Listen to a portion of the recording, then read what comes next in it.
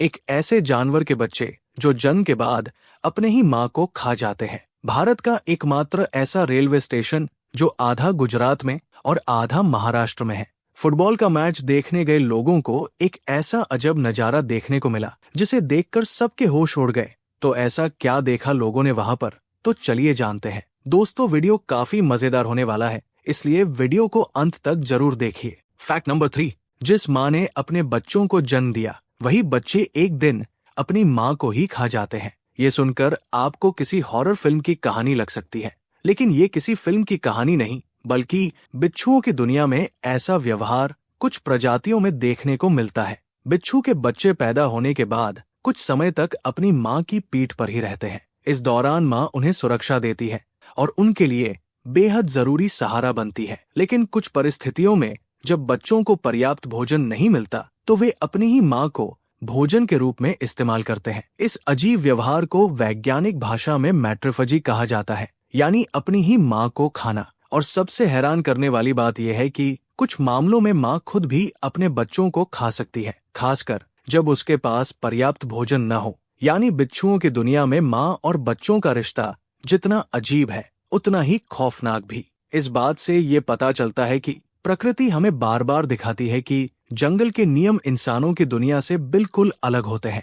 Fact number 2, सोचिए दोस्तों, आप एक रेलवे स्टेशन पर खड़े हैं और आपका एक पैर महाराष्ट्र में है और दूसरा पैर गुजरात में है। तो क्या आप इस पर यकीन करोगे? नहीं ना। लेकिन ये बात सच है। भारत में एक ऐसा अनोखा रेलवे स्टेशन है जिसका नाम है नवापुर रेलवे स्टेशन।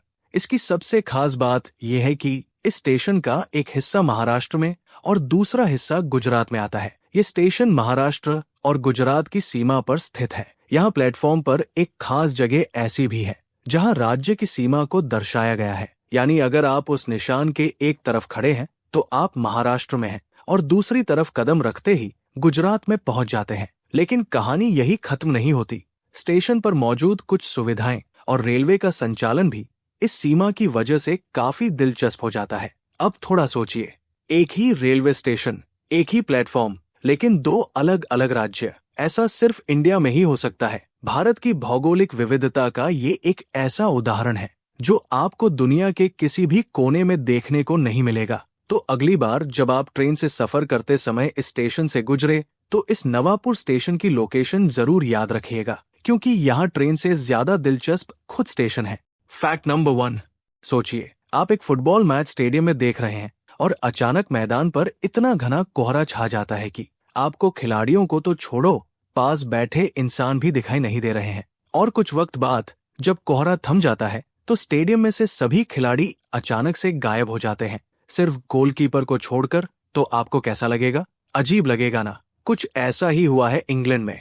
साल 1937 में इंग्लैंड में एक फुटबॉल मैच के दौरान कुछ ऐसा ही अजीब वाकया हुआ था जिससे लोगों के होश उड़ गए। मैच के दौरान अचानक इतना घना कोहरा छा गया कि मैदान पर विजिबिलिटी बेहद कम हो गई। खिलाड़ियों के लिए गेंद देखना तो दूर, एक दूसरे को देख पाना भी मुश्किल हो गया। आखिरकार रेफरी को मैच रोकना पड़ा।